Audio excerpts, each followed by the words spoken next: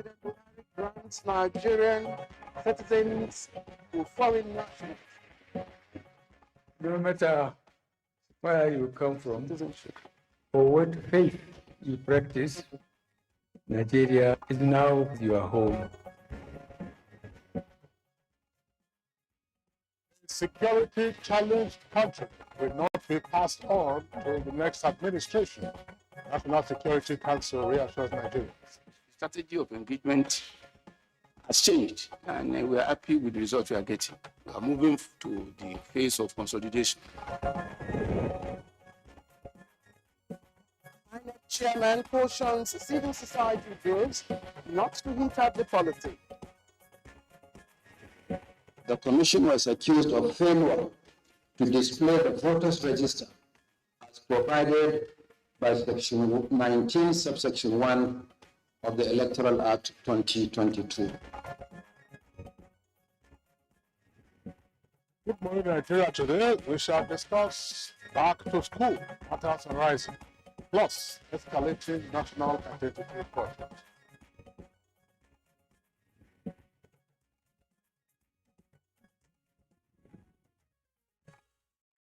All right, so it's past 1 week now since primary and post-primary schools resumed for academic activities after the long break in the FCT.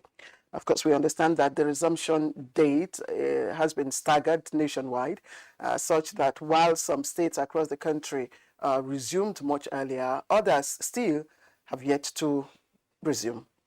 Well, Claire, you'll recall the manner in which some of the schools were shut down during the third term of the last academic session. And this was on account of real and sometimes perceived cases of threats of insecurity, as well as the incident that led to the anxiety and tension, say, in the Federal Capital Territory with the Kuje jailbreak, where some terrorists escaped, and some of them, of course, are still at large. Now, in the Federal Capital Territory, the Federal Ministry of Education on the 25th of July this year ordered the immediate closure of Federal Government College, Kwali, and in some states like Kaduna, Zamfara, Katsina, Niger, some schools, of course, have remained shut for much longer periods. No thanks, of course, to the activities of bandits and terrorists. Of course, Kingsley, just to add that the students of the Federal Government College Kwali were also evacuated to the FCT here, of course, to continue and finish their terminal examinations. Now, those scenarios that Kingsley reeled out, perhaps served as wake-up call for our security forces to intensify the fight against terrorism, and there have been successes recorded so far, as we observed. No question about that. In terms of the increased atmosphere of security in different parts of the country. A recent report by UNESCO claims that Nigeria now has nearly 20 million out-of-school children.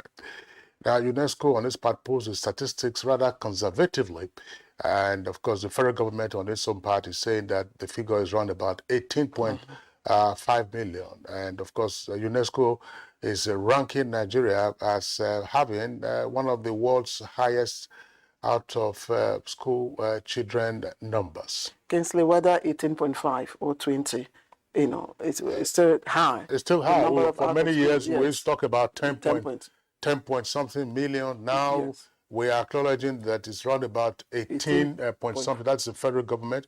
While on the other hand, UNESCO is saying it's above 20 million. Well, the statistics have been contested, by the Nigerian authorities.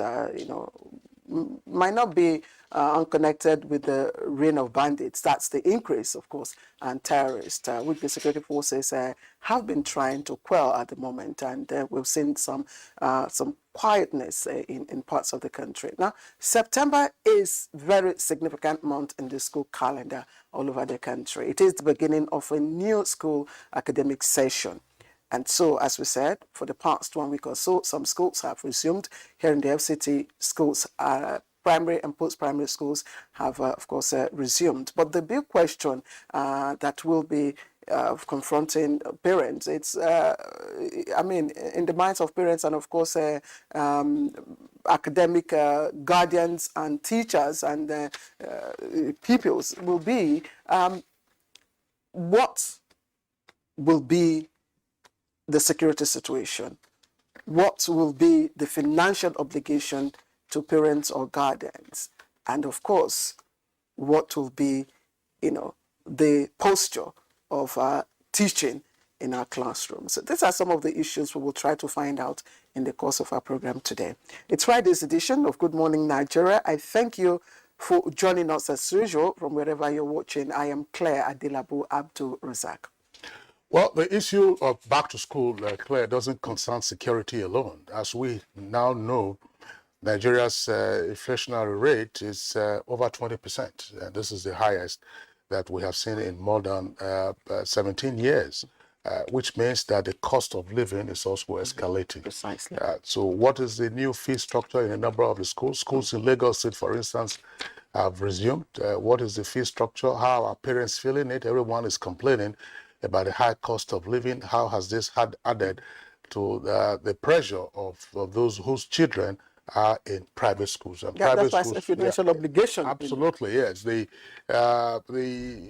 level of comfort and the level of facilities that private schools try to provide come at a cost. Fees. New fees. New session, new fees. New fees. So those are some of the issues that, of course, we shall be taking a look at, as Claire indicated a moment ago. We also have a second topic, and that relates to escalating the National Identity Project as Nigeria commemorates this year's National Identity Day.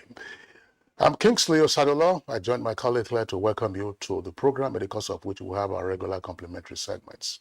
And these include newspaper review and business. We're live on the network service of the Nigerian Television Authority. It's a wet morning here in the nation's capital. Well, here's Ann Jibuno, who has the highlights of the morning news. Good morning, Ann. Yeah, good morning, Kingsley and Claire. Good morning, Nigeria. Here's the news. 286 foreign nationals have been granted Nigerian citizenship in furtherance of the federal government's commitment towards removing as many people as possible from statelessness. At the award ceremony, President Muhammadu Buhari urged them to be good citizens of the country as they begin to enjoy all the rights and privileges.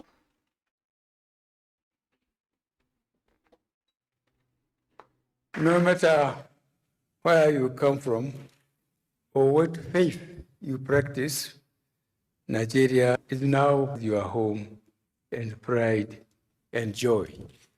When you give your love and loyalty to Nigeria, he returns her love and loyalty to you.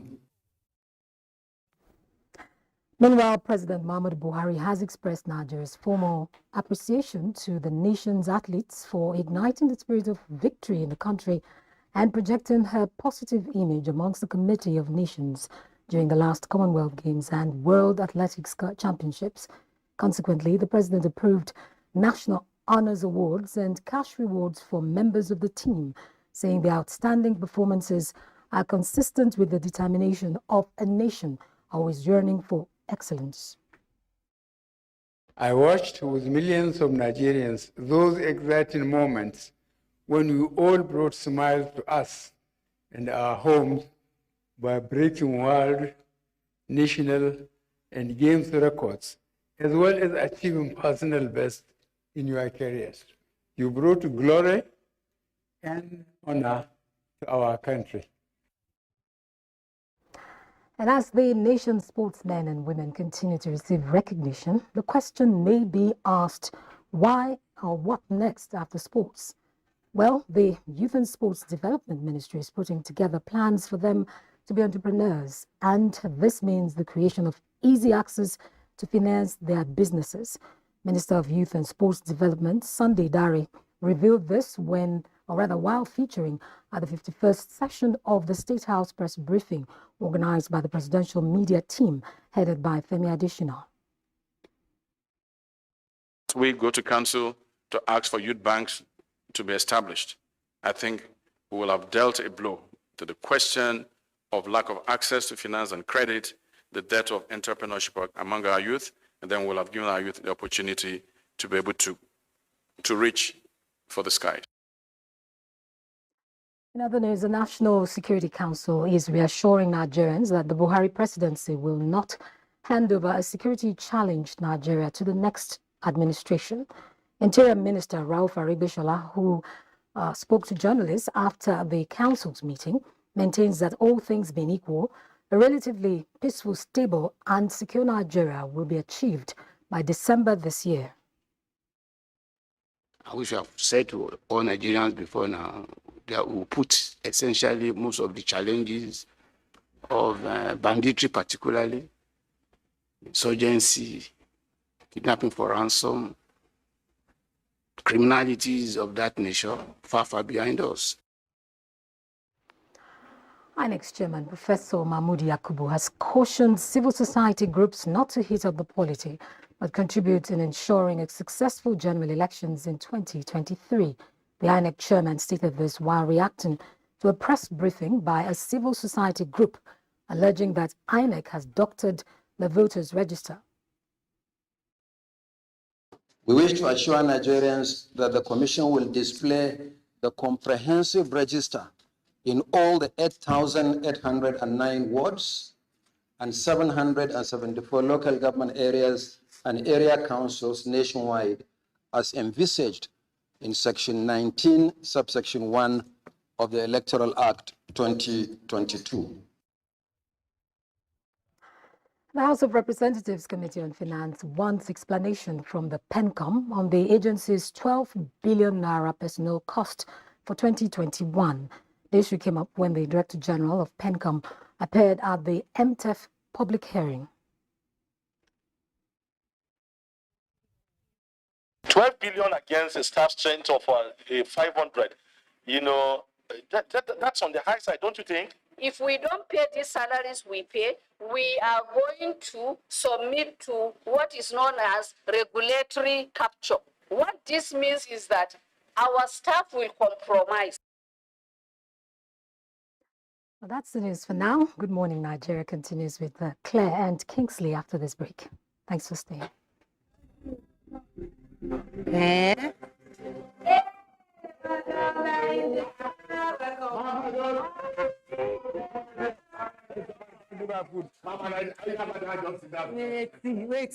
Mama T, wetin COVID vaccine poster they do for your domot? Abi, you don't begin work for those people. Big mommy, na me put the poster there.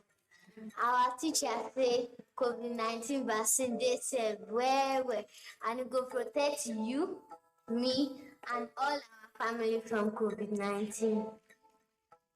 Our teacher sabi road o, big mommy. Make you follow who know road. My name is Dr. Chinonso Egemba. Then they call me Aproko Doctor. The COVID-19 vaccine now obonge way to take protect you and your family from wahala, sickness, and death from COVID-19. Or you have to get your own free COVID-19 vaccine. Sharply go any healthcare facility way near you.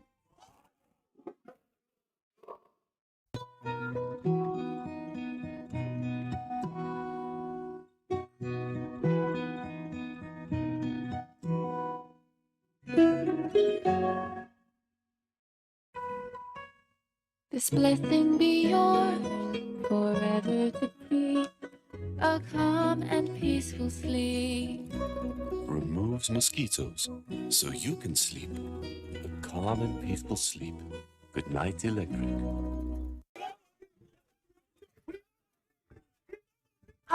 Oh boy, this one where I read. You carry machete, you see carry gun. Wait till you want to can do sef. After the para like this, I don't vex. Oh boy, calm down now. Like this, like this, I dey go scatter those businesses. You know, say they take scatter our people businesses, You don't see them. See, and they go there, as I go like, and they go shoot them better crazy. They never see anything. If you destroy their own for here, and they destroy your people own for that side, especially that your brother where they send you money, that way don't block. Oh. How you go take survive? See, this way talk not true. But I see the vex. Boy, calm down. Make we embrace peace. We peace and unity. Everybody. My people, make we gum body with the peace and unity. Make we learn to live as brothers and sisters, so that we country go feel move go permanent sides. This message not from the Federal Ministry of Information and Culture.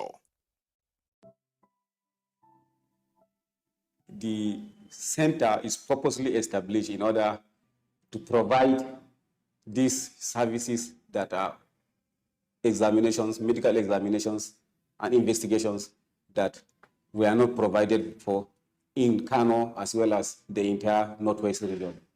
It's equipped with modern technological equipment in terms of radiological services. We have MRI 1.5 Tesla. We have digital X-ray as well as 4D ultrasound equipment. The importance of the center cannot be overemphasized.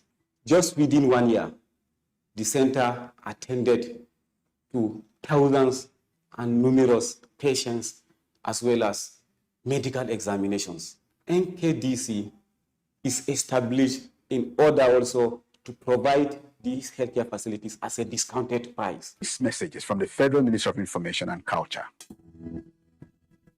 The counsel of our fathers. I believe we have fought one civil war too many in this country. So those who experience it will run away from it. Nigerian youth, let's build our nation together.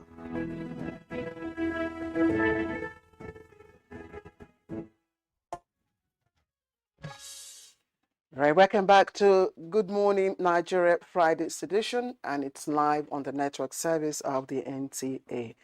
Now, it would appear that Nigeria's inflation rate month on month is on a roller coaster ride. Here, it has recorded 3.52% increase in August 2022, rising to 20.52%.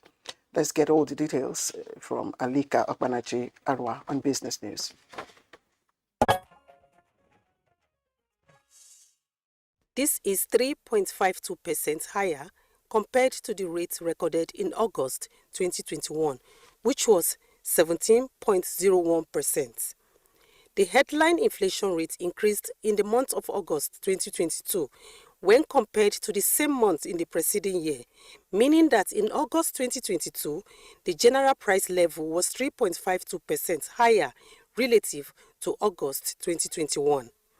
On a month-on-month basis, the headline inflation rate in August 2022 was 1.77%. This was 0.05% lower than the rate recorded in July 2022. It also means that in August 2022, the headline inflation rate on month-on-month basis declined by 0.05%. Over the average of the consumer price index for the previous 12-month period was 17.07%, showing a 0.47% increase compared to 16.60% recorded in August 2021. The increases were recorded in all divisions that yielded the headline index. On a year-on-year basis, in August 2022, the urban inflation rate was 20.95%. This was 3.36% higher compared to 17.59% recorded in August 2021. On a month-on-month basis, the urban inflation rate was 1.79% in August 2022. This was a 0.03% decline compared to July 2022. The corresponding 12-month average for the urban inflation rate was 17.59% on month-on-month basis. The rural inflation rate in August 2022 was 1.75%, down by 0.60% compared to July 2022. The corresponding 12-month average for the rural inflation rate in August 2022 was 16.58%. This was 0.55% higher compared to 16.03% recorded in August 2021. Now let's take a look at Thursday's tradings on the floor of the exchange.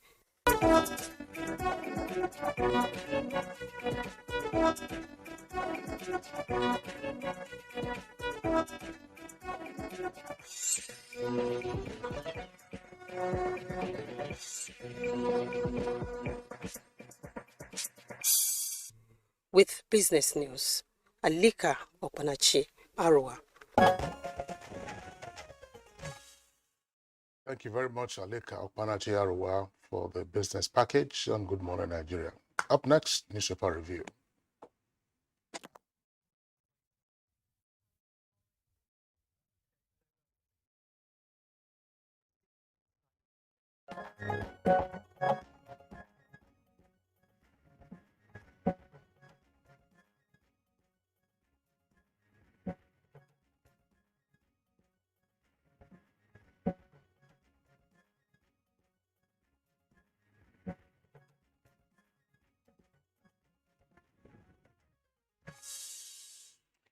All right, welcome to the newspaper review segment of Good Morning Nigeria, and we have few papers here with us. Let me start with Daily Trust, and Daily Trust is quite busy this morning on its front page, but let's begin with a headliner. Inflation surge ravaging economies across Africa. It comes with three riders there as Nigeria rises to 17-year high. Ghana, Malawi, Rwanda struggle with local currencies and complementary policies needed to boost food production. That's according to experts. And the graphic picture you see there, of course, the inflation rate in some African countries is quite descriptive there. You see the August figure is the highest since September 2005, and you have Nigeria hitting 20.5%, as you must have heard on the business news this morning, and that's August. And we also have Ghana rising to 33.9%. We have Malawi 24 in July, 24.6% in July, and South Africa it's just on 14.1%. And of course, those are headline inflation. Now, yes, the food inflation is also very high. Nigeria we have 23.12, Ghana 34.3%. Malawi 32.5%, South Africa 9.7%, and of course you have the African countries there. Let's look at stories on the column, left column to your right. FG to establish youth banks. This is of that on page 7. FG to establish youth banks. Icpc uncovers 400 billion naira budget padding. Again, Icpc uncovers 400 billion naira budget padding. 50 billion naira ghost workers' salaries. Details of that on page 3. Now, Buhari rewards athletes with national honors and a cash gift of 200 million naira. And just before I take you to stories trending below the nameplate, I also like to see, of course, Erisco there.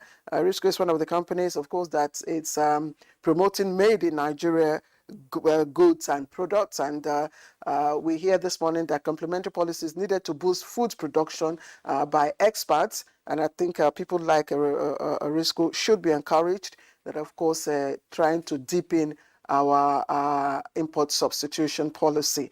Okay, that's Erisco there, but let's go again to stories trending below the nameplate. Presidency, Tinubu Atiku kick as Obi leads in NOI polls. Now, dozens killed as Iswa Boko Haram terrorist clash in Borno is on page 6. Nigeria confers citizenship on 286 foreigners. That's the outlook on the Daily Trust newspaper.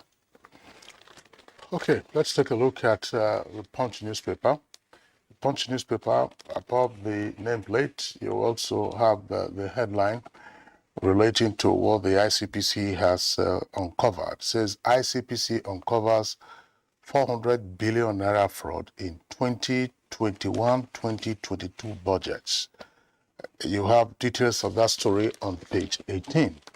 Now, according to the chairman of the Icpc, Professor Bolaji Owasonye, during an interface with the Senate Committee on Finance, he said that the 2021 budget, that's the federal budget, was padded by various MDAs with duplicated projects worth 300 billion naira, and that 100 billion naira of project duplication also got inserted into the 2022 budget, including, according to him, nearly 50 billion naira tracked as salaries for ghost workers between January and June this year.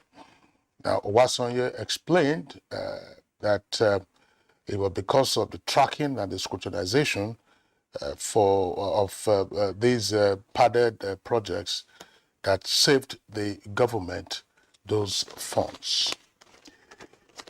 Nigeria, Morocco begin 5,600-kilometer gas pipeline project. And FG suspends third airline as aviation crisis persists.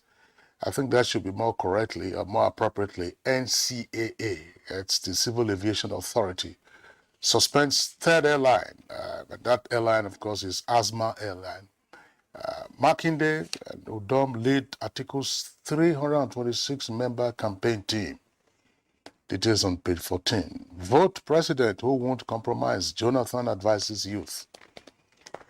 And the lead story comes with a kicker: 20.52% inflation. Economic crisis, job losses worsen. Food prices soar. Nasima worries over rising prices, says companies face tougher times. Inflation spike will throw more Nigerians into poverty, says LCCI. That's the Lagos Chamber of Commerce and Industry. And then, of course, the reception and reward for Nigeria's athletes. It's the photograph you have there on the front page. Buhari rewards Amusan, Brume, and others with honors. 200 million naira. And Katsina police shoot terrorist dead, foil abduction. Bandits kill vigilante, kidnap 5 persons in Niger. That's page 5. And on page 8, appointment of Supreme Court justices faulty, say SANS. That's on page 8. Details of that story, as I indicated, can be found on page 8. Now, yeah, go ahead, Claire. There are very interesting 2 or 3 stories I'd just like us to quickly look at. The first one is Inside Daily Trust. It's on page 3, and it's speaking to the issue of unqualified foreign-trained graduates. Unqualified NYSC. He said, we found many foreign-trained graduates unqualified. That's by NYSC. And it says that that's by the Director General, National Youth Service Corps, said that during the opening ceremony of the 2022 Batch C pre-mobilization workshop, that they discovered that some of those foreign-trained graduates, observing the NYSC, are unable to defend their educational qualifications. So this is quite interesting.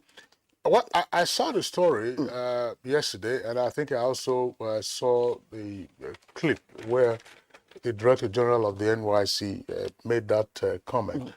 But I do not know the criteria that were used for ascertaining whether those foreign educated participants in the NYSC scheme were qualified or not. The prerequisite would be that first you possess a bachelor's degree to enable you qualify, or the equivalent, I would imagine, of a higher national diploma. I think HND graduates also participate in the NYSC. I'm not quite sure now. I remember that many years ago, the NYSC then excluded NC holders from the scheme. So now, what criteria were used?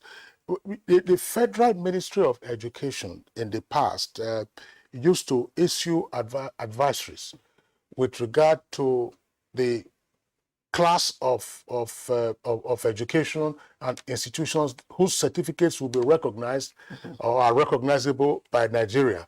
Has that been followed? Is it that some of them, as we have heard in the past, went to Portakabin universities in neighboring countries, and they now come back to say that they want to also participate in the NYSC? So what did they? Do you have to write an exam now to participate in the NYSC? I think that the NYSC should provide further clarification. But it just might say, I mean, I'm sure there's a reason for the NYSC DG making that comment, that not all that glitters is necessarily good, and not all that you chase after may just be worth. I'm also very interested in the story about 286 foreign nationals who have now acquired Nigerian citizenship. It's curious that at a time when you have Nigerian youth who are saying they want to, is it Jakba or so, that they want to take off from the country, they believe that there is no hope or future for them here in Nigeria.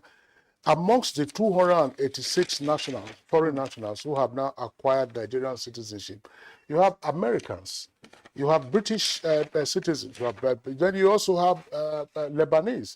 So if foreign nationals are also acquiring your citizenship, then there must be something in this country. Of course, it's our collective task to ensure that we build our country and that our country is a livable environment. The issues around inflation, of course, are matters that we will discuss, I'm sure, going forward and all that. But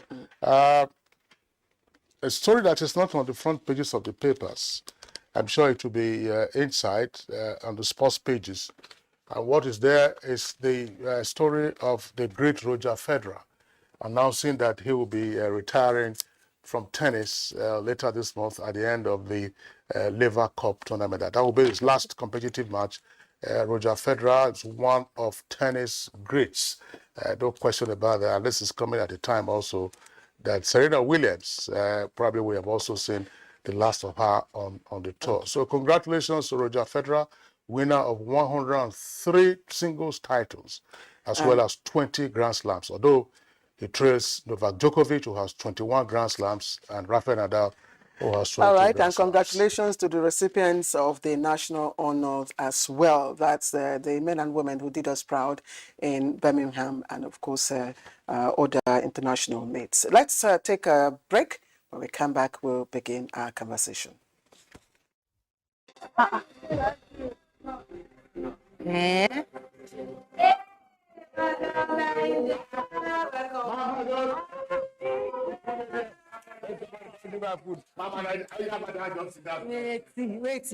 Mama T, wetin COVID vaccine poster they do for your domot? Abi, you don't begin work for those people. Big mommy, na me put the poster there. Our teacher say COVID-19 vaccine dey safe well, and it go protect you, me, and all our family from COVID-19. Our teacher sabi road o, big mommy. Make you follow who know road. My name is Dr. Chinonso Egemba. Then they call me Aproko Doctor. The COVID-19 vaccine na ogbonge way to take protect you and your family from wahala, sickness, and death from COVID-19. Or you have to get your own free COVID-19 vaccine. Sharply go any healthcare facility way near you.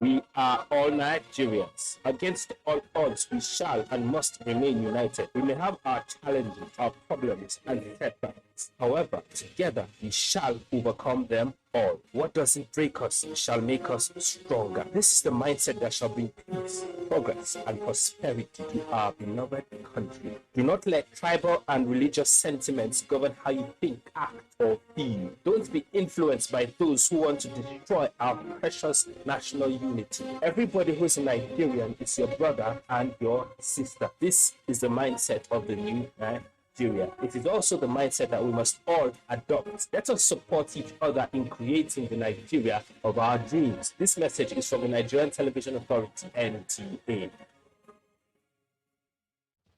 157-kilometer Lagos-Ibadan Railway is the first double-track standard gauge railway to be built in West Africa.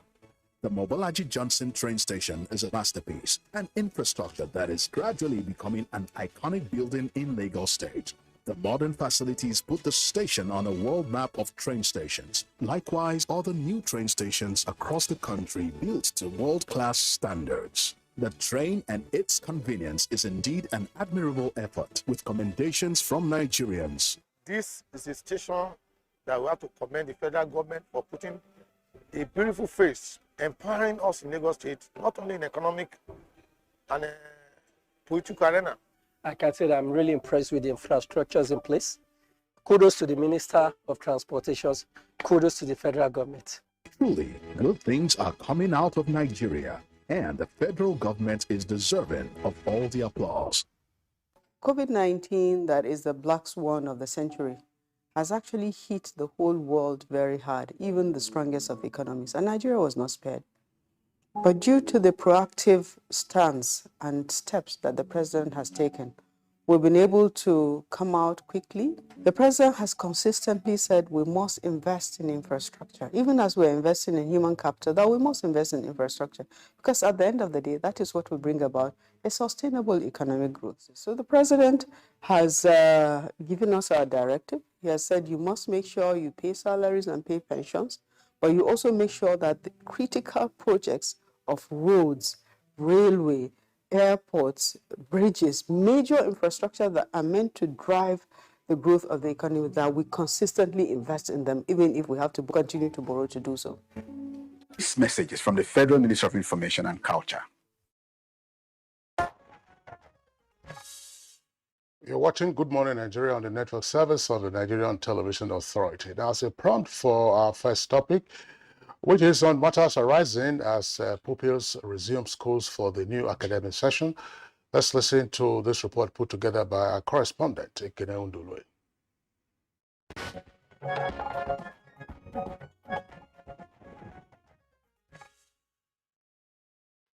September is a significant period in the school calendar. It is a time when students go back to school to resume another academic term. Most parents usually experience mixed feelings at this period. While some are relieved of the task of round-the-clock monitoring of their wards, others battle with the cost implication involved in school resumption. The burden of school fees, levies, and lunch packages are a source of worry for the low and middle-income earners. Inflation rate has also seen a steep rise in the cost of writing materials and textbooks, adding to the burden of parents.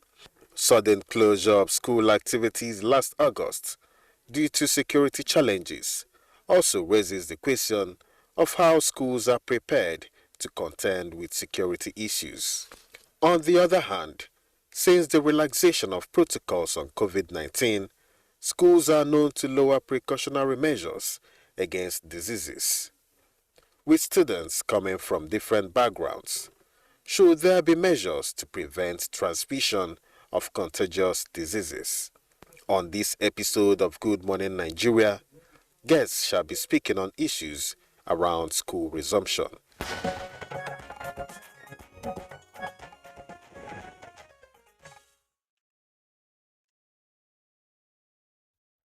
All right, I'm sure this is a subject matter that will resonate with a lot of parents at this time.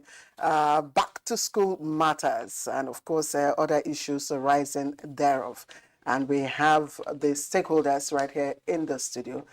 So let me start with the introductions. I have right here the Secretary, Fct Education Secretariat, Sani L. Katuso, right here with us. Thank you very much for joining. Good morning, viewers.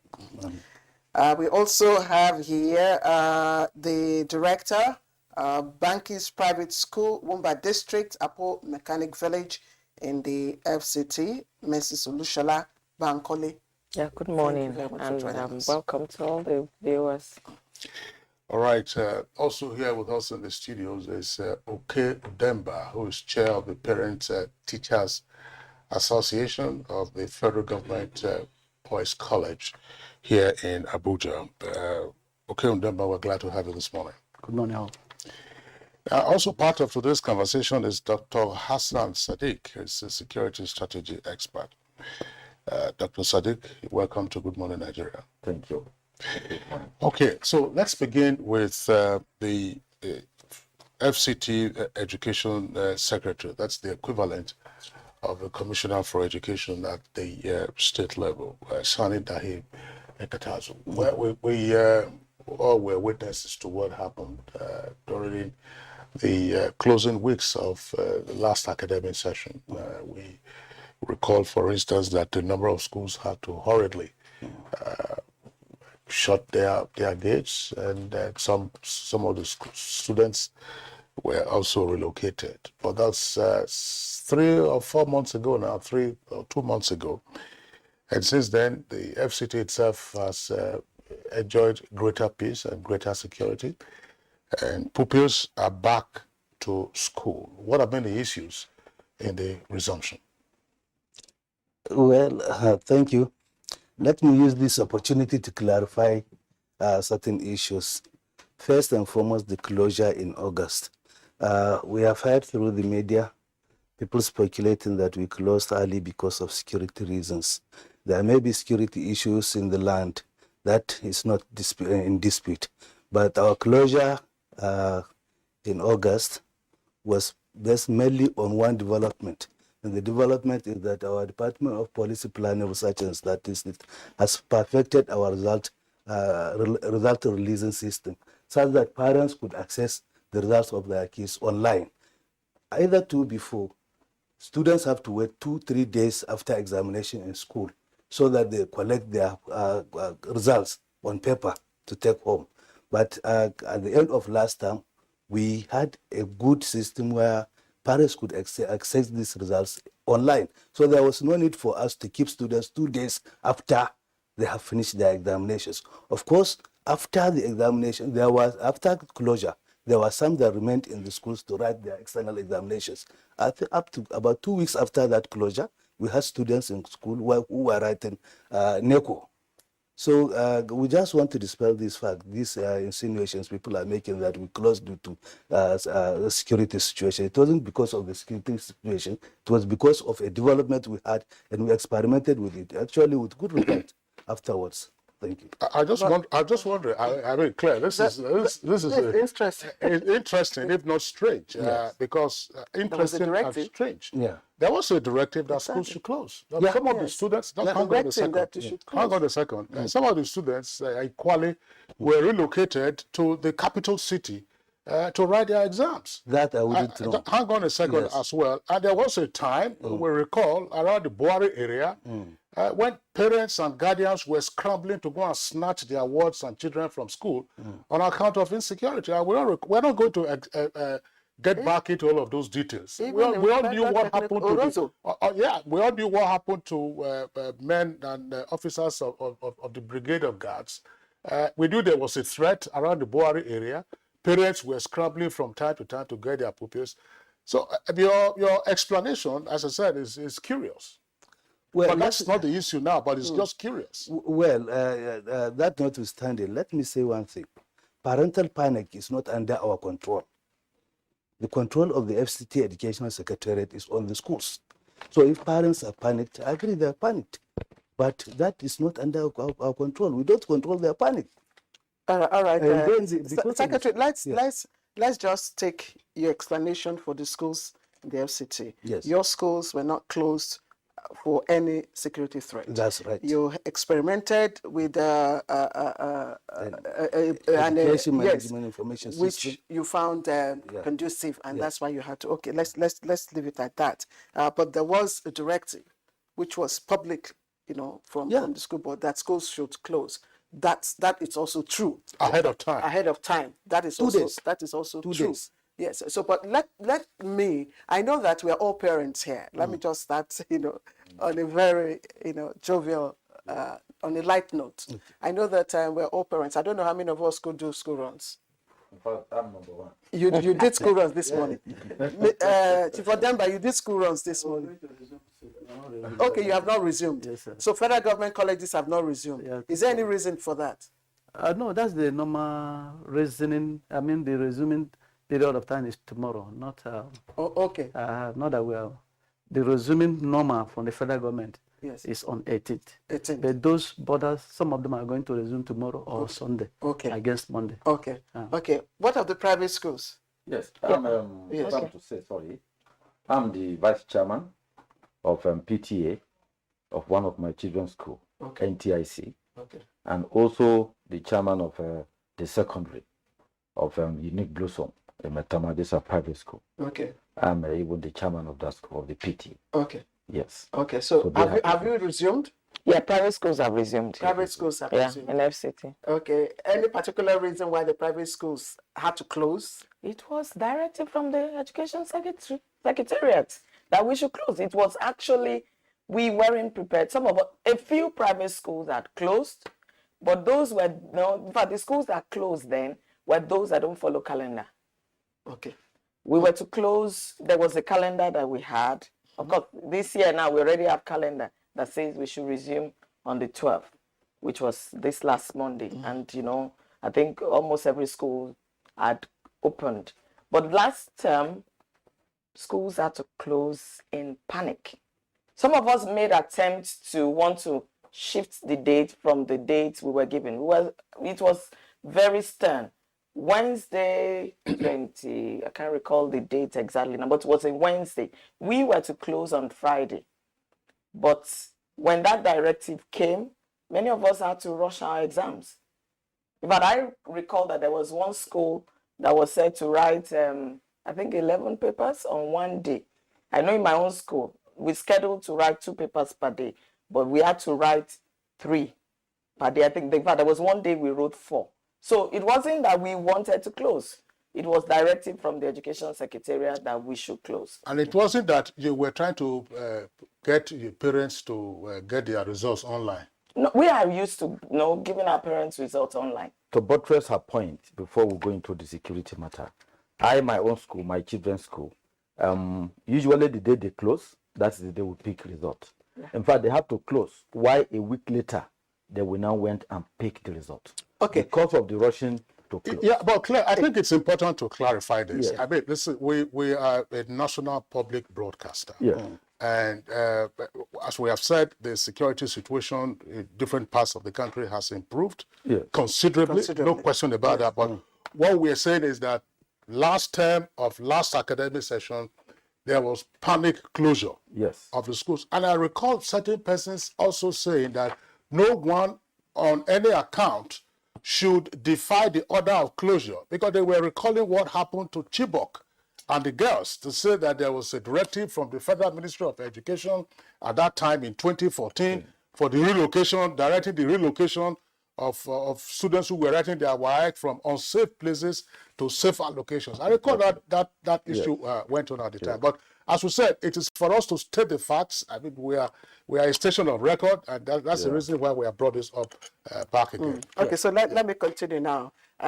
Great, you've done your school runs, So I'd just like to ask, and I'm going to start from the director. Okay. Which would you have preferred? Is it when you didn't have to regiment the routines for, your children, or the now regimented routine? Of course, you have to wake up, you have to do school runs, you have to, prepare the children and all that. I do not seem to get what. Which would you have preferred? When children go on holidays, of course, rules are relaxed, procedures are relaxed, routines are relaxed. Now you must maintain a particular, yes. Anyway, life requires that there must be routine.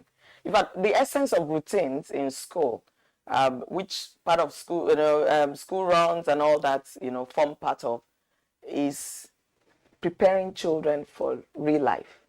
Because even in the school system, there are routines we put in place to help them know that you have to do this at this time and all that. Of course, when it's holiday, I mean, they should, but that's why sometimes some of us wonder why we keep children busy studying again during holiday.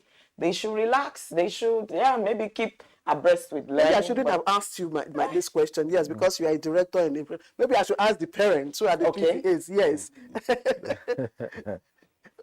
Yes, if you are looking at that, to buttress what you have said, because it is good to have a routine.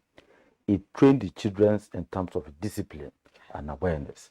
But it's also good that during holiday, allow them to have a relaxing mind, where when you now call for resumptions, they are now rejig. They have this interest, school is about to resume, because they've had enough fun. So that is why it's also good. You have to maintain the two, so you can balance it. What responsibilities does it confer on you? Yes, as a parent, if you ask me, it conferred a lot of responsibility. In fact, that is why today I've said it in our setting. When we are growing, we want to have many more children. But today, because of that activities, you don't want to. Because of the activities involved, taking them to school. In fact, one time as a PTA, I said, if you are giving a kind of a timetable where parents must come for this, must come for this. When will I have time to go and look for the money to even pay the school fees? Because at the time, the activities you line up for parents to involve and engage is cumbersome. I say, no, you must reduce it so that in some cases, we should have time to go and look for the money. Because assuming in a family where the wife work and the man's work, how do you make it? Okay, all right. Thank you.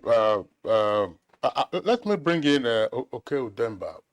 You say federal government colleges will begin their resumption. Those who are in boarding school will begin their resumption this weekend. What is the lineup in terms of protocol for resumption, and what assurances are there on resumption? We know that a few dynamics may have changed, but the much that we can discuss without getting ourselves into a situation of vulnerability, the better it will be. Yes. Yeah, so it's something that we do every time. It's not only because we are resuming now. I know January again, come back to school. It happens. But there's never been any time, especially in September, like this, that parents are children are resuming that it's easy. Especially now that we know how the economy is. And I was here 2 years ago, and there's some things I said here also. But one of the challenges I'm having is that we keep on talking, keep on lamenting, keep on complaining, but it looks like nobody's there to help us. And we also want to say it again. I know so many parents that has called me this time because of challenges. A resumption like our own now, or payment of school fees, especially when it comes to federal government, because I will talk the one I know. When it comes to school fees, federal government, their cost is reasonable in school fees, because when I checked in the pamphlet, I found that the cost is reasonable, but most of the things, building, hidden charges. So can you open some of those charges? Let's see. No. For example, now I will tell you that the school fees. My son is going to SS2 now. If you check my list now, the school fees there, official from federal government, is 15,000. But I end up paying 55,500 thereabout.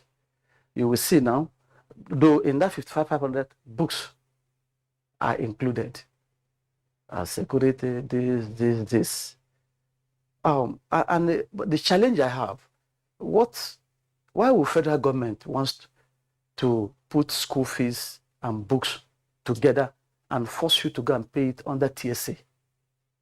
If I have a son in JS2 and I have one in JS3 and they are using the same book, this one was promoted to SS1. Why can't my son in JS2 use the one in SS3, JS3 used? It will help me and reduce cost for me. But federal government, through the Ministry of Education, made it now that we pay books. You pay for books. For books through TSA. That means it's a must. So what it means is that the one my son that's promoted to SS1 used, we've just useless because I'm coming up with new ones. You understand? So it's a burden to parents.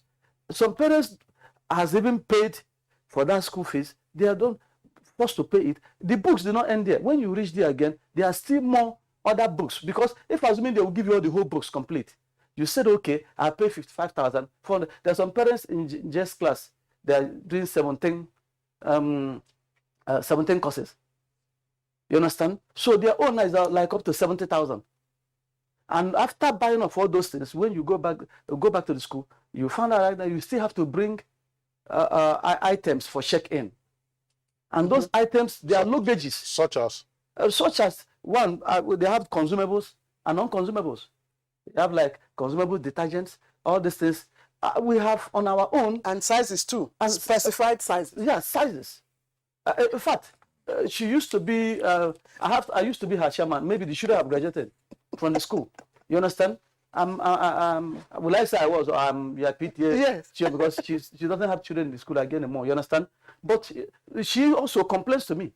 So I understood very well that the ministry, directly or indirectly, is not helping parents in this area. I have argued and said, why are we bringing unconsumables every resumption? Unconsumables like like now, you know, like you have some, but though it differs. And let me say it again: if we are unity school, called unity, I want the ministry to harmonize things. Let's have that. This is the way they have harmonized school fees.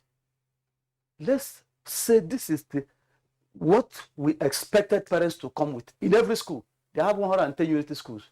But in this 110 unity schools, apart from the school fees, you find out that their prices differs in what they're paying. Some are even collecting, how can a child, though my school was, they're not doing that, but I'm telling you that there are some other schools, because we have some other PTA chairmen that used to call me, and I used to call them too. Some schools are collecting, somebody graduated from the same school, JS3, promoted to SS1, and you are charging him money to pick admission letter. Which admission letter again? Admission or promotion? Admission.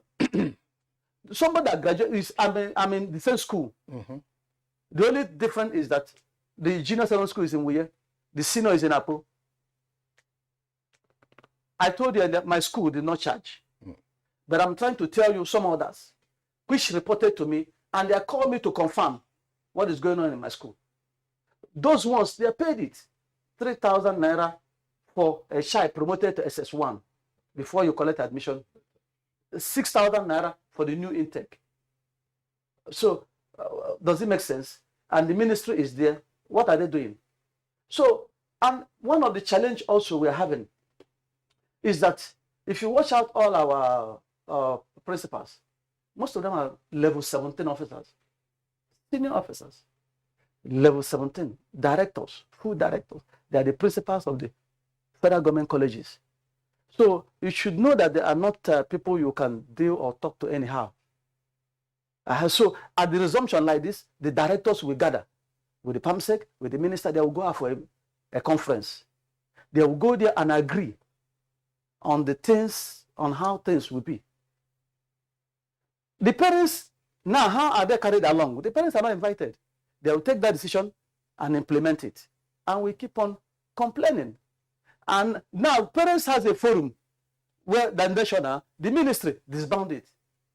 We don't want it anymore. Were you becoming like ASU or something? It's not like becoming like ASU, you understand? No, I'm just asking.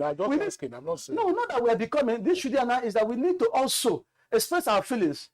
The way we run PTA now is that, I mean, it's individual schools. Go to your individual school, whatever thing you iron out with your principal, that's the end. And me as a PTA chairman, I have a complaint, maybe I have a complaint against my principal, and the ministry will tell me I should write the complaint and submit it to the principal. For the principal to go and submit to the ministry. You should understand this. Yeah, that's grievance redress procedure. So that means we're handicapped. And you try the best you can, and some parents are not even aware of all these things, and they don't understand all these things. And it's not everything you come out and the public. Sometimes you keep quiet, endure the ones you can endure, and do the ones you can do. Only I focus my attention now is making sure that I do the things that will have direct impact with the children, like development. Okay, let me still stay with you just to clarify this, because you talked about consumables and non-consumables. For those, is it compulsory boarding? Of course. Okay. Now, when they are resuming, I don't know. Usually, do they come with their own mattresses, blankets, mosquito nets, and bed sheets, and nightwear, and all those things? Those ones are compulsory. Even if the school did not tell you, even if the school did not tell you, as a parent, you know that your child must come with food, he must have his jacket. That's one. Not those ones we are talking about. Okay. The reason I had a reason for asking. Okay. I was in the boarding house, and we know that we used to buy these things. One of the non-consumables that we used to have, there was a locker a locker where you could lock up your own things. You won't take that one away until from 5 when you are leaving, or if you have a good junior, you pass it on to the junior to say, let the junior take. The reason I'm asking is for parents whose children are just getting in, whose children are just getting in, or whose non-consumables might have been damaged, X, Y, Z. We're talking about cost of it. Has the cost of mattress gone up? Has the cost of blanket gone up? That's the reason why I'm asking these questions. You know, they are not. You know, you have to have your own bucket. You have to have your own. This was yes. It was already. You knew that all of that has gone up. I don't know. I don't know. I know in Nigeria. You understand? But the issue I'm saying is there are things that are personal. Mattress is a personal thing that if you don't come with mattress, you sleep on the floor. What I am saying is the ones you submit, and I am not saying this based on my observation in our own school, but I'm saying it based on general observation. That's right. Because I told you we have 110 unity schools. That means we have 110 PTA chairmen and chairwomen, right? The issue there now is this is uniform.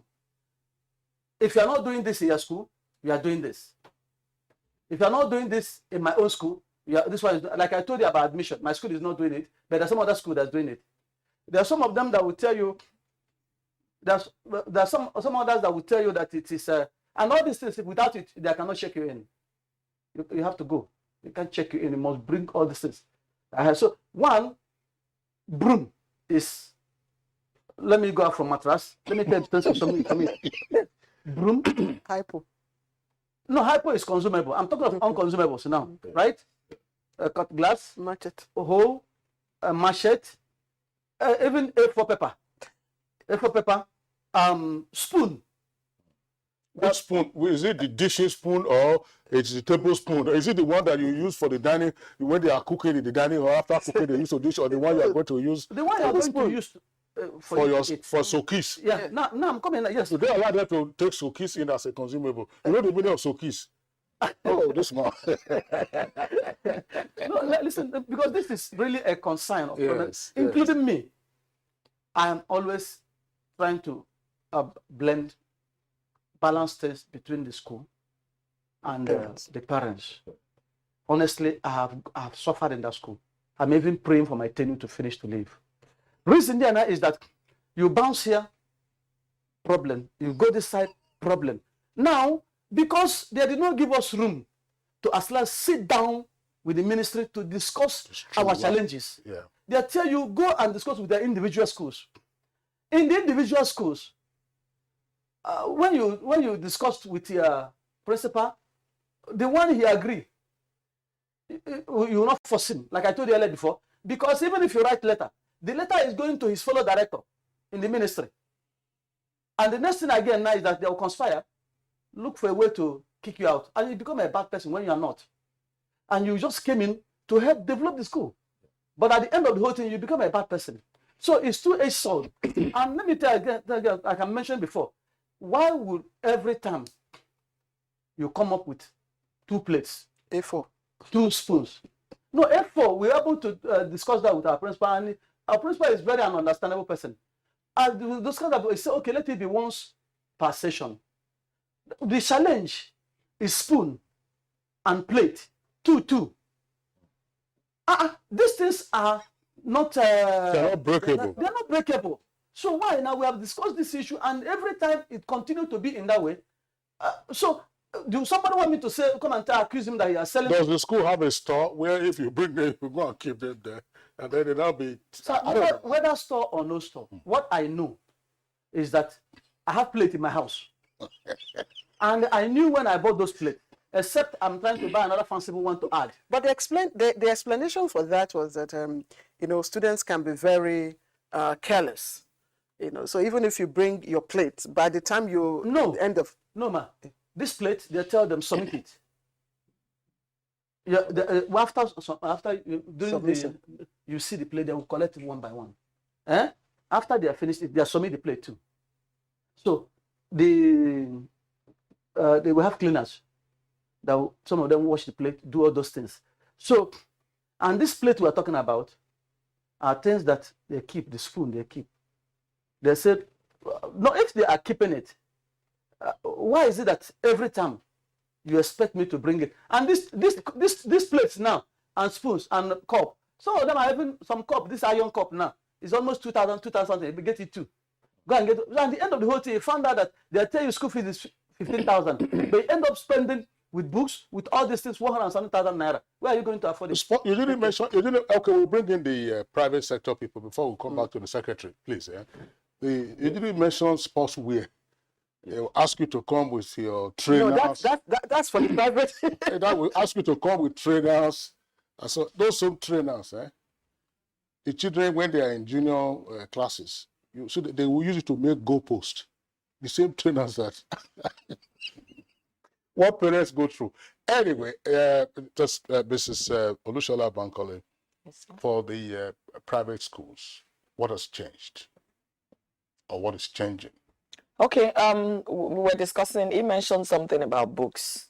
I know that on a platform, some of us, when we saw the cost of books, we decided to adjust in the sense that, for instance, maybe a class in secondary school that last session, parent paid maybe 45,000 naira for all their textbooks and notebooks and pen and pencils and all that they're going to need. But by the time we saw the cost of books had risen, we had a meeting on the platform sometime, and then some schools decided that the school will procure the books. And that's how it was when I was in school in Lagos State then. Government provides, of course, it was free education, really free. And the books are there in school. When you need to use it, the teacher brings the book. So we decided to look at that what happens is parents are going to be we're going to be lending the books to the children. They will take it home to use. If they damage it, parents will pay and replace. When they take care of it, it will remain in school.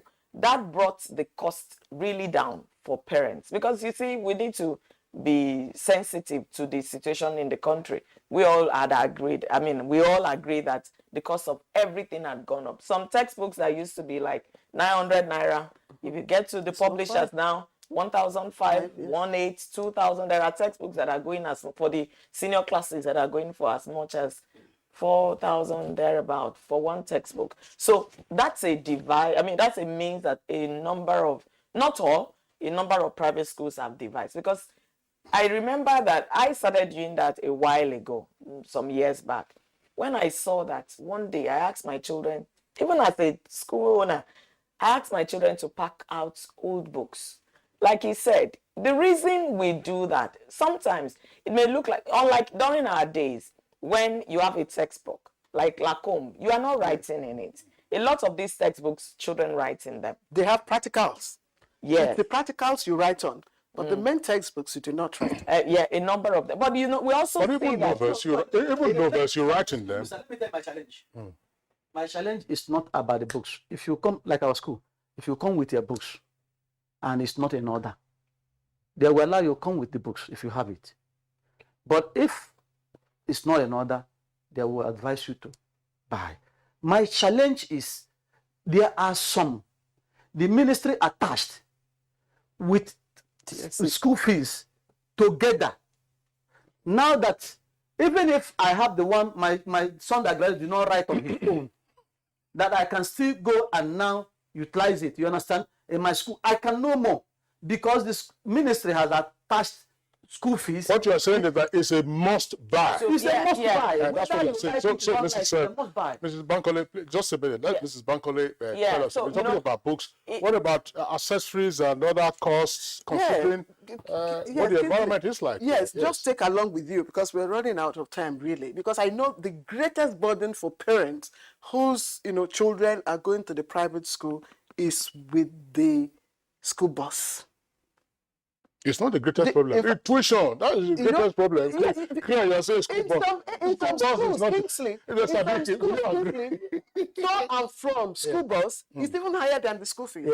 I can explain that. Sorry, I do want to interject it. I think the best people to give you the reality on ground, it is I and him. Precisely. Because he comes for the private school. She's an interested party.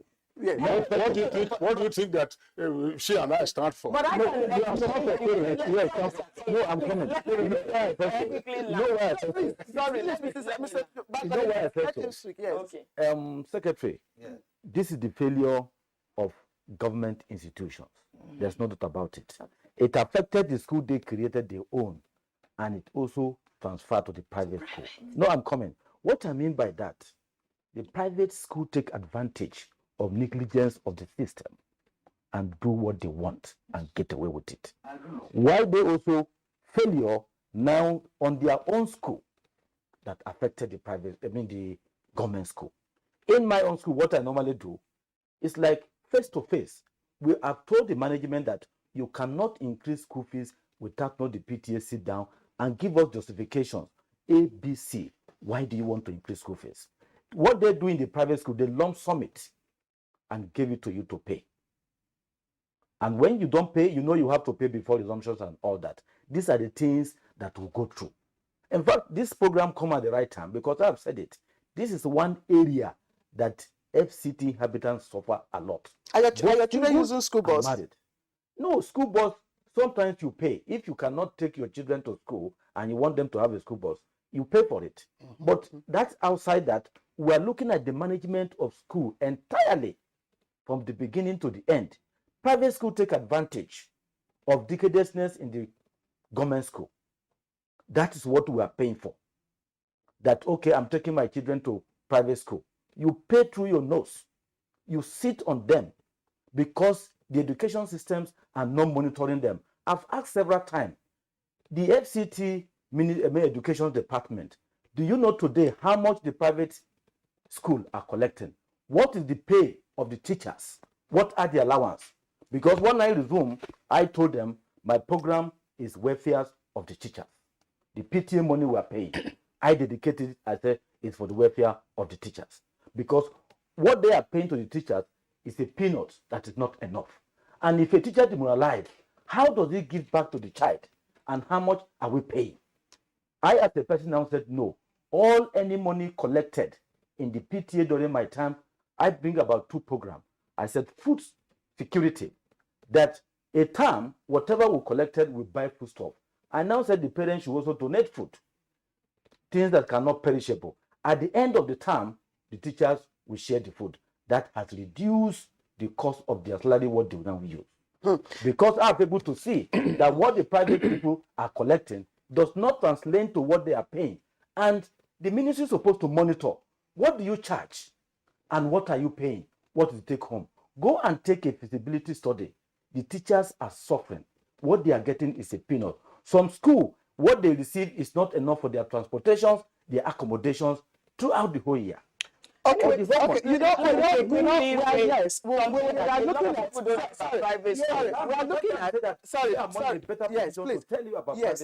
looking at, we are looking at, back to school issues and how it affects, parents and guardians.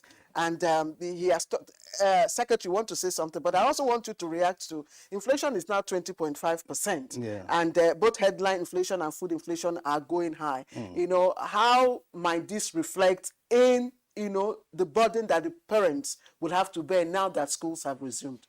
Well, first of all, let me respond to the challenge that it is the decadence of the Fct Education Secretary that leads to some of the things that the private schools do. He said government, not specifically to FCT. No, he said FCT. Now, first and foremost, the narrations by the chairman PTA, I believe, refers to federal government colleges, not our FCT secondary schools. That's what he said. That is. So because in the first place, the FCT public schools are free. They are free.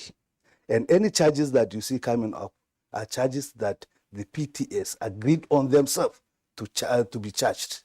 So the PTA, and we have advised, in fact, since my inception as Secretary of Education, what I did is to direct that all charges that are supposed to be made on the parents should go to the PTA. The PTA should do it and collect it and see how it dispenses with it. We are not responsible for it. We don't charge it. That is one. Secondly, the PTA, the FCT PTA is in constant touch with us. Even last week, I had a meeting with them. So it is not like we take decisions without the parents' contribution. For FCT, we do. Now we public schools. Yes, That's for public what- schools. public schools. Yeah, that's what Sadiq was pointing public out. schools. We do sit with the leadership of the PTA in FCT. Even last week, I had a meeting with them. I have problems with the private schools. One, they don't agree on us with us on one inspection, school census. In fact, even some of our regulations are blatantly flouted by the private schools. That is what we are trying to address. In fact, from last week to the beginning of this week, we've been having series of meetings on how to approach the private schools because of their non-challenge to our regulations. Now, as regards inflation, we are sure that inflation definitely impacts on parents. We are parents too, so we feel it. That is why right now we are working on review of the government's contribution to the feeding of students. Initially, the contribution is the parents pay 200 naira, the government pays 200 naira, making 400 naira, so 400 naira per day per child in school. But with contribution of our ANCOPS, that is the Association of Principals of Secondary Schools, we are now trying to raise that contribution of government to make at least the feeding supplement be 600 naira. At least 600 naira. What kind that of food? Is it buff they give them or? No, they. What kind they of give food? them food. What food? They what give them amount of food. food They give them food, sir. If they give them popcorn, they wouldn't have survived after this. Yes. What is the standard? You know the reason I'm saying. I mean, I'm not saying this to check because I recall some years ago in private schools, yes, particularly nursery and primary. Oh, they would say they are giving them a lunch or a lunch pack or otherwise. And every time it was pastry. And I recall some parents actually raised the objection to say, look, there should be variety. Sometimes just give them fruits. That's why I'm saying this. Just give them fruits. And if schools, and you have schools here in the FCT, in the capital city, for instance, that have large premises. Unfortunately, I don't see some of those grounds being cultivated even to grow tree crops. Secretary. Well, I don't know. I don't know what you are saying actually. But definitely we do the best we can in terms of to cushion the impact of inflation on the parents. And that is why I'm saying. So how are you, because this is a new session. Yes. And if you're not able to coordinate with the, private schools, and in the FCT, you have quite a number of private schools. In fact, about 7,000. See? So yes, if you're not able to coordinate with them effectively, how are you able to, help the parents who will bear the burden of the excesses? Excuse me. Free market. Actually, because I've not been allowed to speak. Okay. Just a perspective. You see, there is that mindset that private schools are very expensive. That is not correct at all. In FCT, we have an average of about 3,000. Let me explain. When I explain this, I think people get concerned and they go out there to find out, and they realize that I'm telling the truth. And by the grace of God, I just handed over as the chairman for NAPS FCT last April. So for 4 years, I have been to every area council. I've seen private schools on ground. And I'm one of those that said, no, when I came on board then, I said, some schools should even close down. If you're a private school, there is a minimum standard expected. The truth is, out of about the 3,000 that we know, there are not up to 20 schools in FCT that are the expensive ones like that. Majority of schools are local schools that are far cheaper than the public schools, including the FCT public schools. Oh yes, ma'am. We have 100 naira a day, 20 naira a day private schools, 10,000 naira school fees per term. Private schools. Where are they located? They are all over, including in the center. Kabusa, Karu, even in Gariki. Karu, where in Karu? Which of the private schools? Ma, I No, can, it's no, not. you need it. It will be nice that as journalists, you know, make effort to find out. Ask those parents why they are sending their children to those private schools. If across Nigeria, majority of 70% of private schools are low-cost schools that are charging way less than what the government, state government, federal government are charging. And what we are doing is to bridge the gap. In fact, we feel if the government can even see us as partners in totality, in real, as partners with them, they will realize that yes, I agree, there are a lot of Shylocks. I'm one that don't try to, cover up anything. There are Shylocks among us, and we talk to ourselves. Of course, some will listen, some will not. But the truth is, the majority of us are in it. It's not convenient for so many private school owners to run school, but because of the passion, you want to support. The children are all over this. When we talk about how many millions, 13 million children are out of school in Nigeria, a lot of them are in private school. It's above that now. It's above that now from what we know. This is part of the perspective we would like to have from the private sector. That's what I said, look, what has changed in looking at your metrics to say, what did it cost you, for instance, to operate your school 2 years ago? What did it cost you to operate your school a year ago? What is it going to, from your projection, going to cost you to run your school this time? And how are you hedging against inflation? How do you intend, to make up for the shortfall? You've already talked about books, probably simple and straightforward and all that. But what burden is it on you? I'm not saying a school is not a factory. Manufacturers, for instance, are already complaining about inflation and the impact it's going to have on them. For running a school, we know what it is like. For those of you who are inside, what would this mean for you? Because if you keep increasing your fees, assuming that is the case, parents are going to say, oh, no, we can't afford this. And then what happens? What is the burden like on you as a school proprietor in the private realm? Some of the burdens include, like he said, you want to increase salaries of teachers. But where do you get the money from? A lot of schools are actually running on loans. The opportunity of being the former chairman of Fct also gave me that privilege. In fact, I signed a lot of forms because we graciously got opportunity with FCMB. I think First Bank is also making an attempt to support schools. At a point, we even were asking for we have Bank of Industry, Bank of Agri, Bank of this, Bank of that. There's no Bank of Education where you could get, loan at the rate of, say, single digits. But we are getting loan at 25%, 28%. How do we survive? And you need to provide facilities. You need to actually make your schools, to a large extent, more appealing to rich parents than that. There's a reason they're not going to public schools for those that are coming to private schools. Your school should be more appealing. You need to buy all those equipment. The prices of all those things are furniture, for instance. I just got a delivery of some furniture. The prices had doubled. Maybe a set of tables and chairs you buy per child that used to be like 20,000 last session. You are paying like 40-something thousand now. That's more than double. Salaries.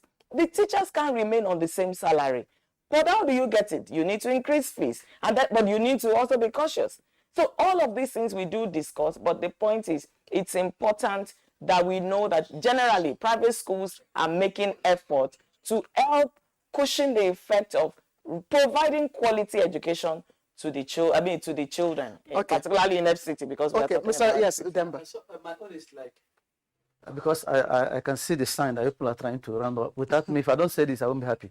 It's an appeal to federal government. And I keep on talking about my school. I've been there for 3 years plus, almost 4 years. And I have seen a lot. I want to appeal. The Apo school, as most of the toilets there has been as old as that school. The school is about 20-something years. Since I took over, I have renovated that toilet. I am patching is leaking. And I'm happy so much for the outgoing principal, Abdullahi. I must confess, and it's me, real. He has tried. Auntie Clara knows Apo before he came in and before I took over. as the PTA chairman, it was a write-off. But today is better. I want to encourage the federal government. Most of the hostels that remain, they're already on the process of renovating one after that. Please, urgently. And the same thing with Wuye. You can't pack about 500 children inside and enclose only one hostel. They should hasten up. They should hasten up and finish the other hostel that is on progress. Let it not be 1 year, 1 block, 1 year, 1 block, so that we can be able to help these children. Okay. And moreover, sir, on our own, our PTA have been overwhelmed. It's complaining. I'm telling you now, so, since we took over, when you, some of you know that go there, all the whole, we have interlocked everywhere, the PTA.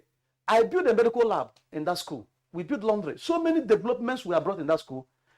Maintenance is part-time. We spend, it talks about welfare of teachers. I'm so happy and I want to do it. But I don't have, okay, like now, school have not started. But if I tell you how much PTA has put in the hostels are bad. We have to go and start patching the inside the hostel so that the ties, the children will not wound themselves in the tie. The toilet, everything. Okay, Udemba, this is a very interesting subject matter. Yeah. And incidentally, we have a second topic because today is World Identity Day, and we are having to discuss that as well. Perhaps it's a subject that we may have the opportunity of returning to. There are a number of issues still on the plate. While we were speaking, I've received some messages. Some parents are already saying that, look, in some schools, they are now requiring their students or pupils to buy 5 uniforms. Yes. 5 uniforms. It's like 1 a day. Yeah. What? 5 uniforms. What is that number? I mean, let me ask, is it normal? I mean, it's 5 uniforms? Some schools pay insurance, health insurance. No, not for some schools. I thank you, remind me of that. The federal government. I'm just wondering. Government, sorry, sir. Kisley, we need to plan out. Kisley, I'm sorry. We can't take any more contribution. I'm sorry. No, we have already rounded off. I'm sorry. I'm sorry. We will return to this. We will not discuss about the issue of security. We are not only talking about the flood administration. No, Dr. Sadiq, I'm sorry. I am the moderator here. I'm sorry. Okay. Yes, I'm sorry. We've run out of time. We'll probably return to this subject matter as Kingsley earlier indicated. Let me appreciate you, Dr. Hassan Sadiq, of course, you're a security expert and, of course, vice chairman of a PTA of a private school. Thank you very much for your contributions. Mrs. Olushala Bankole, Director, Banki's Private School, Wumba. I hope you come again when we have a second part of our conversation. Okay, Udemba, Chairman, Parents Teachers Association of Federal Government Boys College, Apple. Thank you very much for opening your hearts to us. And of course, we have Secretary, Fct Education Secretariat. She didn't respond to the allegation you made. You know, because she didn't have the opportunity. Don't worry, we'll have another opportunity for you to record. Sani Katuzo, thank you very much. And let's go for a short break. When we come back, we'll talk about your identity. All right, welcome back. Now, having proof of one's identity is considered a fundamental right and, of course, a practical necessity for the human experience, especially within the context of digital transformation of our economy. Well, that's the background to the Identity Day campaign, which is an ongoing call for governments around the world to, as it were, observe officially September the 16th each year as Identity Day. And so it all started here for us in 2019, when the federal government approved recognition of September 16 as National Identity Day, or to raise awareness in the country of the importance or significance of identification as a tool for national development and social cohesion. Well, data from the National Identity Management Commission, NIMC, indicate that some 19 million unique identities of Nigerians have been captured in this database. Of course, we'll get an update on that from the guests we're having shortly. This, of course, if that is the case of 19 million persons who have been captured in the identity database, it means that we still have some way to go, considering country's estimated population of no fewer than 200 million. But what is NIMC doing to ensure that no Nigerian is left behind in the data capture for the National Identity Database? All right, so on that note, I'd like to welcome you to 16.9 ID Day and to discuss escalating national identity project. Let me welcome once again, it's not the first time, it's not the second time, and it won't be the last time. Engineer Aliyu Aziz, who is the Director General and Chief Executive Officer of the National Identification Management Commission, NIMC. Good morning. Good to see you again, DJ. Thank you. Welcome. Good morning. We also have here with us Hadiza Ali Dagabana, who is the Deputy Ambassador ID for Africa. She's also a Director, Legal, Regulatory and Compliance Services, NIMC. Good morning. Good to have you with us. Thank you. All right. Also part of the conversation this morning is Solomon Odole, who is Head Project Implementation Unit, ID4D. Mr. Dole, we're glad to have you this morning. Thank you very much, sir. All right, so we're already pressed for time, so we would have to compress again our responses. Very quickly, DG NIMC, earlier I was saying that you give us the update on the number of Nigerians we now have in the national database, identity database. We said 90 million. What numbers do you have now? And what is the prognosis? Well, we have close to 90 million now, as you know, we grew rapidly, especially in the past 2 years.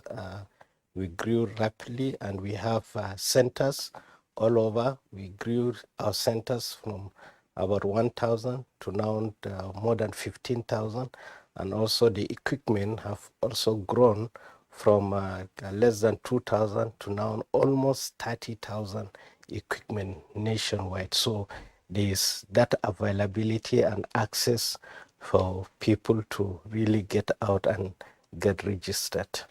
DJ, Identity, National Identity Day is codenamed 16.9 yes. ID Day. I'd like you to speak to us why that name, and then what constitutes digital identity. Yeah, well, the United Nations SDG goals, as you know, the 16.9 that refers to identity for all by the year 2030, including birth registration. So that is where the 16.9 came in. That is the 16th September for us, and that is why we are marking it as an identity day for all. There shouldn't be any discrimination, and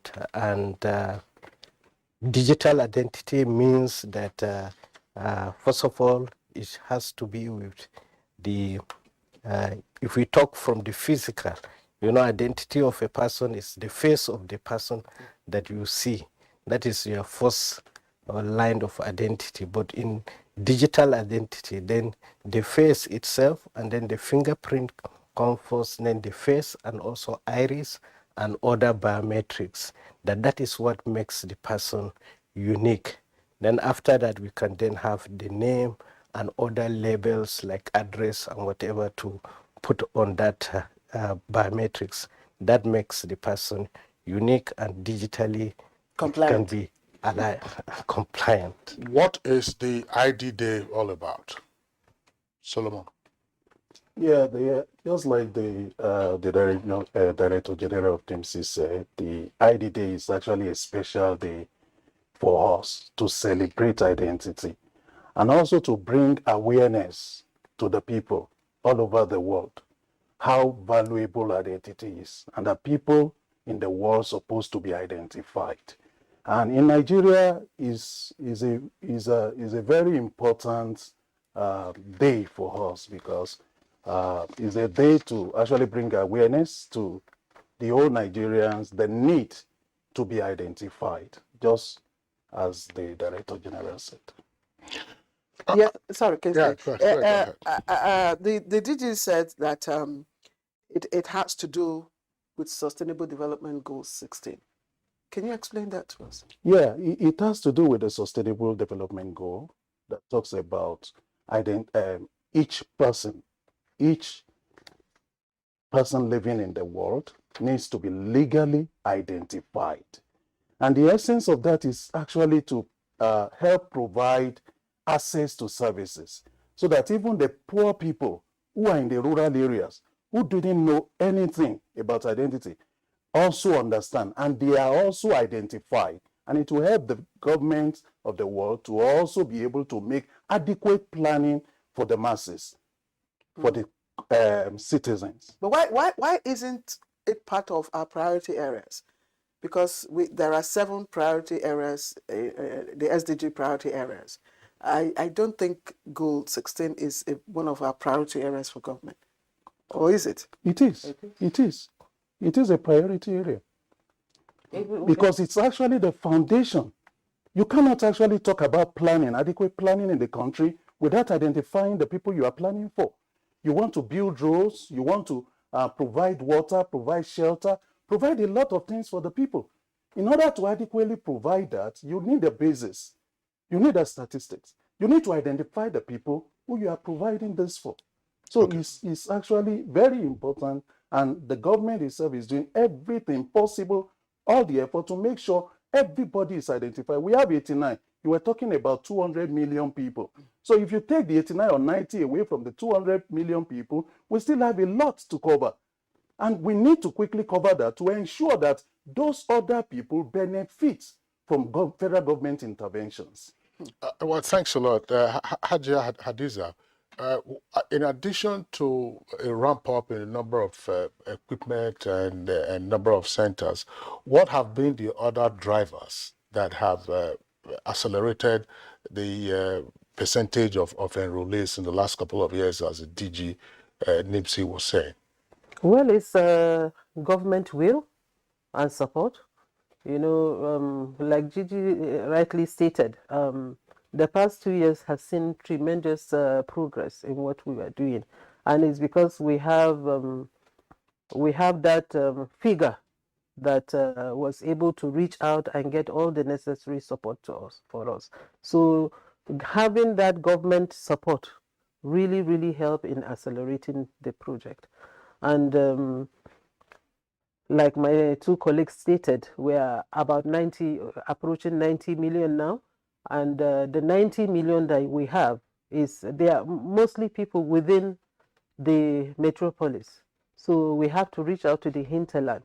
And that is why the theme for this year's IDD celebration is traditional institutions as our partners, stakeholders in citizen mobilization.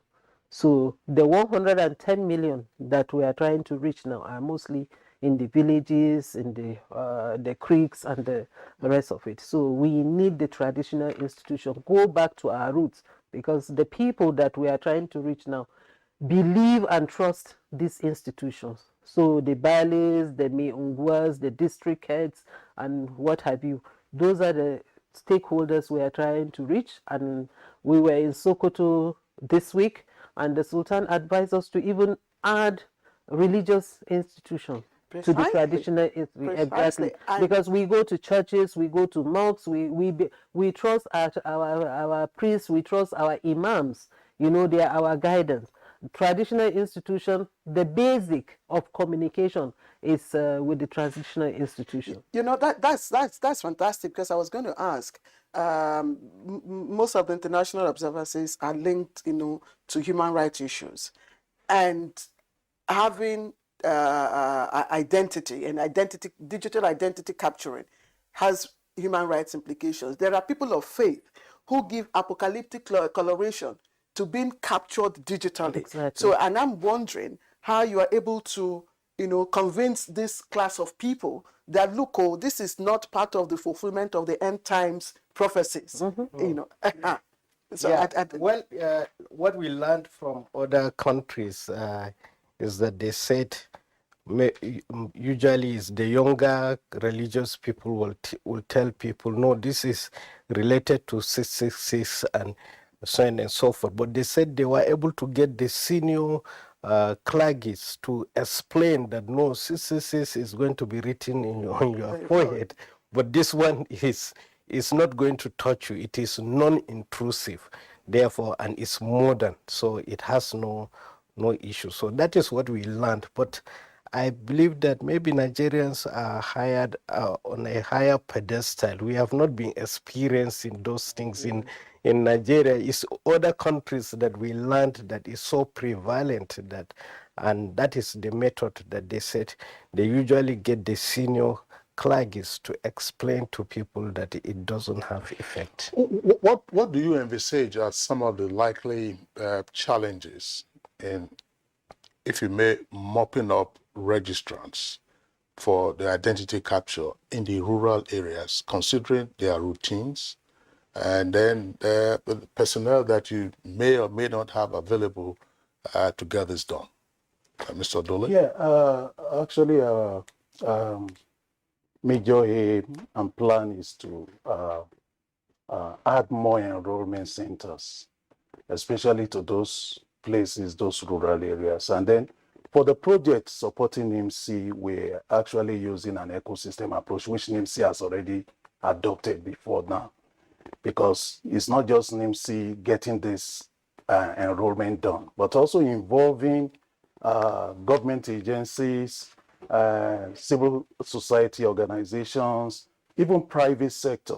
I remember last week we were in Lagos to meet with the private sector, though we had a meeting around the data protection bill that we're working on, but we also used the opportunity to pay visit to some private firms, and the discussion actually centered around, especially for the telecommunication organization like MTN, Airtel, they have actually been able to have a lot of reach when it comes to the rural areas. So if people in the rural areas are able to get mobile phones, then it's also possible to mobilize, to get them also registered and enrolled into the national database. So it's to leverage on ecosystem methodology to reach every nooks and cranny of the country. And apart from that, there are also some other social interventions that are going on with most of the international organizations like UNICEF, like there's so many like Social Safety Net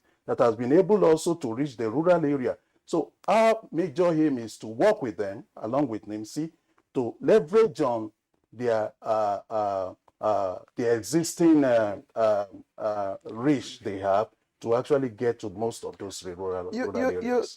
Earlier on, you talked about being able to access government social amenities. For the benefit of those who are watching now, who don't understand what digital identity, means, I'd like you to explain to us the nexus between, having a digital identity and being able to access some of these, government interventions. Okay, let me, before I talk about some of the government interventions, let me even come down to the private sector. And I can use bank as an example. There are times banks are willing to give loans, they are willing to give credits, but the mere fact that they don't know you, sometimes they ask you, go and bring collateral. Because they believe that if you say you are living in this place today, tomorrow it's possible you pack your load in Nigeria and go in Abuja and go. The issue is there is no trust.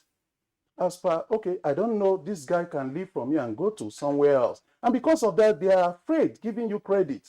So if we have this database on ground that has captured you, your biometrics, anywhere you go in the world is still you. And that's why it is unique.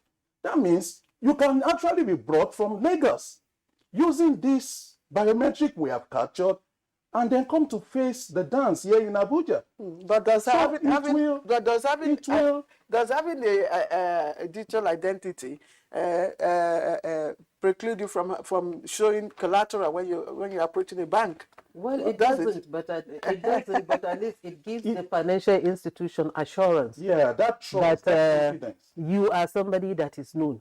And that is where identity management comes started. The need to have that database to give assurance for credit institutions, and even for government to know that the support they are giving, the support is reaching the targeted audience. Because you can audit. If you give support using the national identification number of persons, you can audit what has gone, to who it has gone. You can always check and verify. This is verifiable. Very quickly. I know that this is against the time schedule for us. Yes, we've done nearly, let's say, 19 million now. Increasingly, we are seeing public and private establishments requiring your ID. Your ID, that is to say your NIN, for instance, as a precondition. Now, if you were to look at it from the rights perspective, what can be the recourse, or what can be the temperance, if you may, for those who are not yet on the database, but could also be an incentive for them to also come on very quickly? Yes, like I stated earlier, there has to be that political will, and there will have to be that enforcement, and it has to start from government projects and services to enforce the use of the NIN.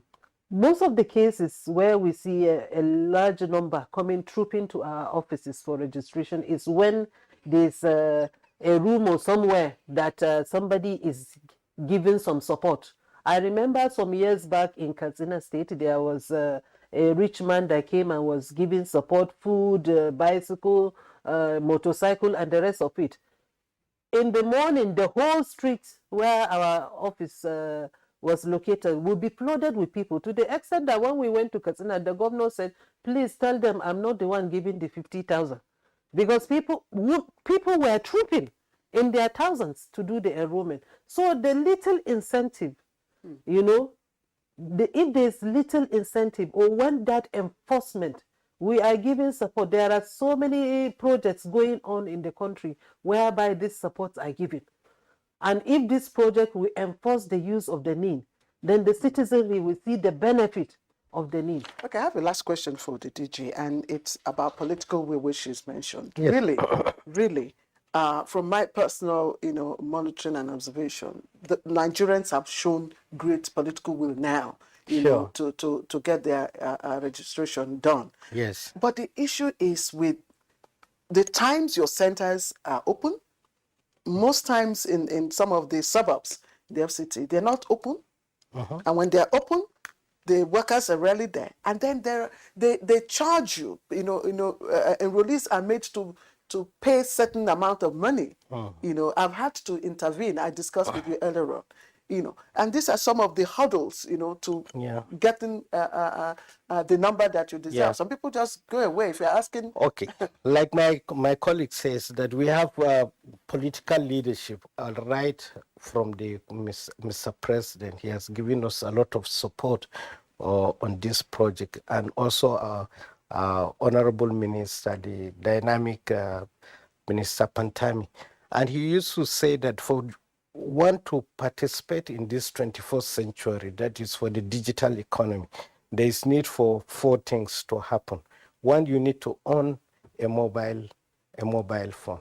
Second, you need a digital wallet, because if you want to see alert, then you must have somewhere that will get that alert. And thirdly, we need the broadband for the network to get connected. And lastly, you need the digital identity as the foundation that will move the whole of the digital economy. So with that support, and also making it free, that enrollment is free. And also now that we have also mobile enrollment kits, and also that our backend is always on 24/7. Therefore, with the free mobile kit, because we trust the backend, it's not like before that when you take an enrollment kit into a politician's house, there will be fears. No, we don't have any fears. Take the data that we want to take, send to the backend. We have comfortable that to send back the results. So enrollment happens even at night, weekends, and at any particular time of the day. And also, you know, we have enrollment from the diaspora, so we don't close our system. And using this mobile enrollment kits, we can go to all these nooks and crannies. Also, we can also enroll weekends. We can go to the markets. And so, are there charges? There are no charges. Absolutely, first enrollment is free. It's only when there is need for modification. That is where work needs to happen, and that is where we charge. And those charges also are not cash payment. You have to pay through remitter. For official charges, must be paid through remitter. So anybody that requested for cash, that's illegal. And our doors are open. Our Act 2 units, our website, customer service are ready to receive complaints on that. I must thank one of your staff, you know, who had to intervene in a particular case, you know, and the enrollee was, you know, attended to. Yes, so kudos. Thank you very much. All right. We'd like to thank you. I'm sure DG Nimsi, you are a frequent guest on Good Morning Nigeria. Some other time, one other issue we will raise, not onto this program, has to do with the harmonization of the multiplicity of data captured by different agencies, private and public. Yes. On that note, let's thank Hajia Hadiza Ali Dagabana, Deputy Ambassador, ID for Africa, as she said, Director, Legal, Regulatory, and Compliance Services at NIMSI. Thank you very much for being with us. Solomon Odole, Head Project Implementation Unit, ID for D. Thank you for being our guest. Very much for having me. And last but not the least, Engineer Aliyu Aziz, Director General, CEO, NIMSI. Thank you very much for being our guest on Good Morning Nigeria today. Thank you very much. It's a cold morning here in the Federal Capital Territory. It's happy great, yes. 16.9 IDD. Hey, that should be to NIMSI. Happy matters. Go out there and get captured.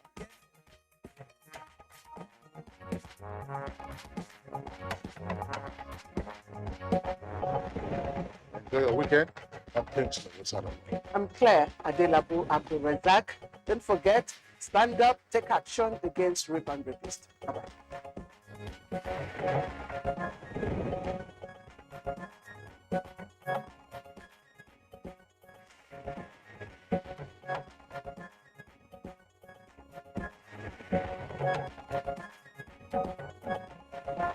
Drink for yourself. Enjoy yourself. Hey. See, your food is nice. You makes me remember my mom. This one is better teaching. It's a better testing. Thank you very much. Bless me. Come on. I never seen for this area before. Really? Yes, I'm